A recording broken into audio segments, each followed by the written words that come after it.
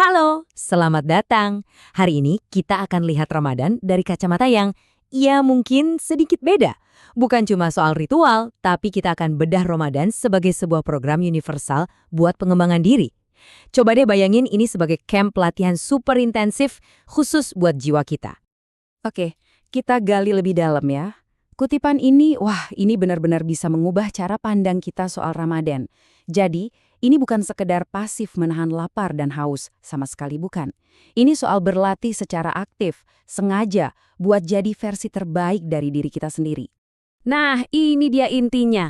Lihat perbandingannya. Kita geser dari kolom kiri, pola pikir lama, ke paradigma baru di kanan. Dari yang tadinya cuma nahan lapar, jadi aktif melatih karakter. Dari ujian pasif, jadi latihan yang dinamis. Dari bulan penuh pantangan, jadi bulan untuk bertumbuh. Siap mulai latihannya? Oke, setiap camp pelatihan yang bagus itu pasti punya kurikulum kan? Nah, di sini otot pertama yang bakal kita latih adalah kesabaran. Ini fondasinya, penting banget. Latihan sabar ini ada 3 level. Kita mulai dari level 1, sabar fisik. Ini yang paling dasar, nahan lapar dan haus, mengontrol hasrat tubuh. Udah bisa? Oke, naik ke level 2, sabar menghadapi ujian. Ini soal frustrasi harian loh, kayak internet lemot atau tiba-tiba dapat tugas tambahan. Bisa tetap tenang, nggak ngeluh? Nah, yang terakhir, level 3, ini dia boss levelnya, sabar sosial. Mengendalikan emosi pas ada yang mancing-mancing, ini yang paling susah. Lanjut, otot karakter kedua yang kita bangun adalah kejujuran. Ini latihan soal integritas. Kenapa penting? Karena ini fondasi kepercayaan. Tanpa ini, yang lain bisa goyah. Ujian kejujuran paling pamungkas itu apa sih? Jawabannya, puasa itu sendiri. Coba pikirin deh, ini kan rahasia antara kamu dan Tuhan. Nggak ada orang lain yang bakal tahu kalau kamu diam-diam minum misalnya. Nggak ada yang ngawasin. Nah, disitulah letak ujian integritas yang paling murni.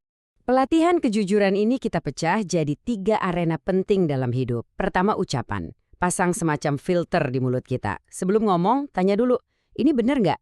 Baik nggak? Perlu nggak? Kedua, tindakan. Ya jelas, jangan curang, jangan mencuri, jangan ambil yang bukan hak kita. Dan yang ketiga, janji. Perkataan kita itu harus bisa dipegang. Ini tanda karakter yang bisa diandalkan. Nah, kutipan ini pas banget. Kebohongan itu kayak narkoba. Kenapa?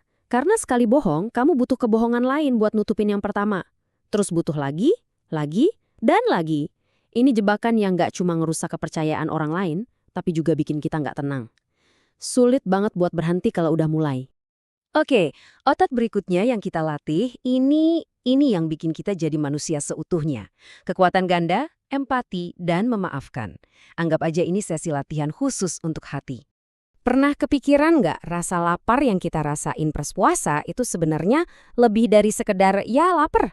Sebenarnya itu adalah alat. Alat untuk apa?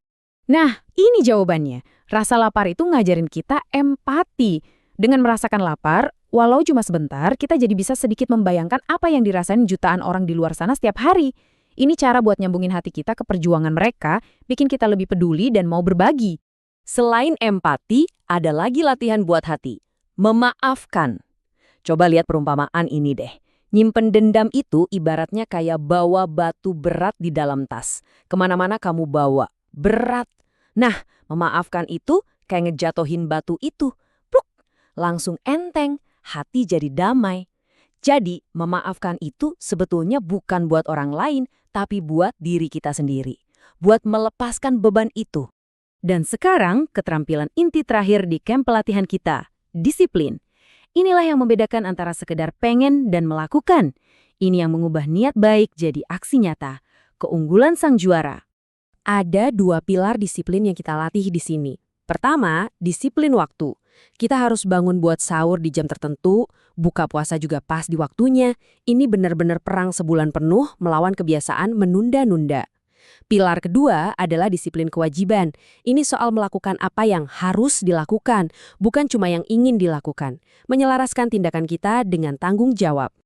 Oke, semua sesi latihan udah kita lewati. Sekarang, waktunya ujian akhir. Tapi ini bukan ujian tulis.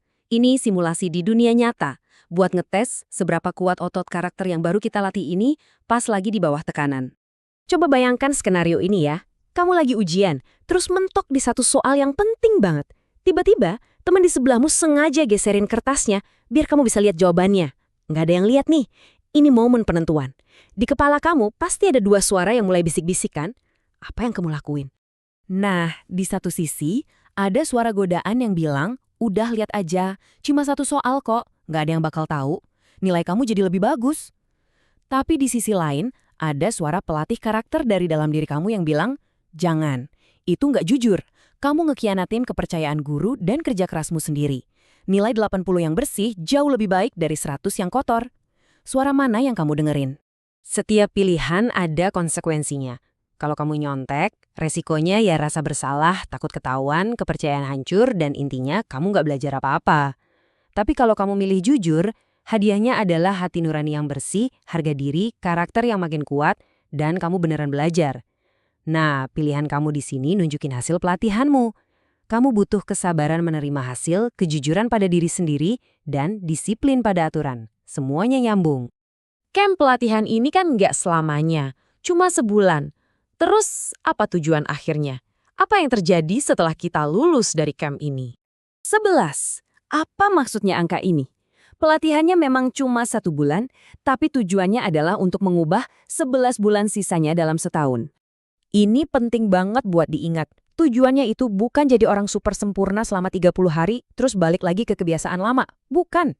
Tujuannya adalah menggunakan 30 hari ini buat membangun kebiasaan-kebiasaan baik yang bakal nempel seumur hidup. Lulus dari camp ini sebagai pribadi yang baru, yang membawa semua otot karakter ini ke dalam kehidupan sehari-hari. Jadi, camp pelatihan ini akan berakhir. Pertanyaannya sekarang untuk kita semua. Juara seperti apa yang akan kita wujudkan setelah ini? Itu tantangannya. Terima kasih sudah menyimak. Sampai jumpa di pembahasan berikutnya.